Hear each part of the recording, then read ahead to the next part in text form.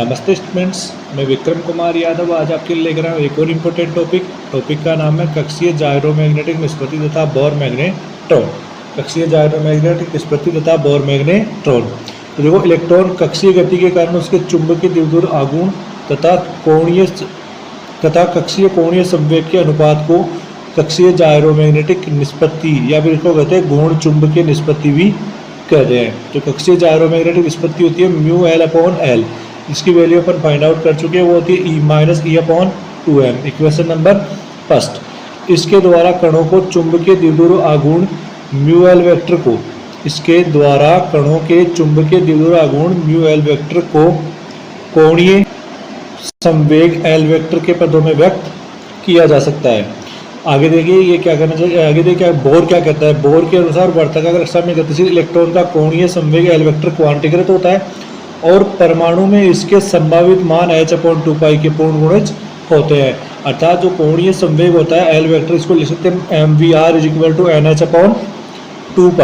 ऐसे इसको लिख सकते हो, जहाँ पर n क्या है पूर्णांक और इसको अपन क्वांटम संख्या रिप्रेजेंट करते हैं।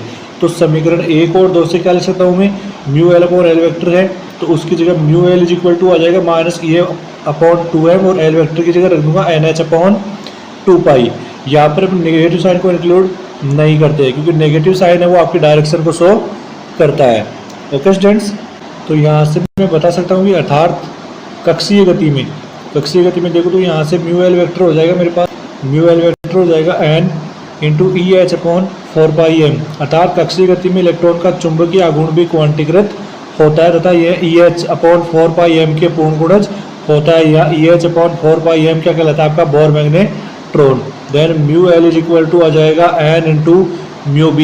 तो यहाँ से μb किसको रिप्रेजेंट करेगा, बोर मैग्नेट्रॉन को। तो समीकरण 3 और 4 के आपस में कंपैरिजन करके देखूँ मैं तो बोर मैग्नेट्रॉन μb की वैल्यू आती है EH/4πm, जहाँ E होता है इलेक्ट्रॉन का आवेश, इसको रिप्रेजेंट करते पर 1.6 × 10⁻⁻19 कूलम। m होता है इलेक्ट्रॉन का द्रव्यमान, इसको रिप्रेजेंट करते हैं 9.1 × 10⁻30 kg। h होता है आपका प्लांक कांस्टेंट की वैल्यू होती है h = 6.626 × 10⁻34 जूल / सेकेंड।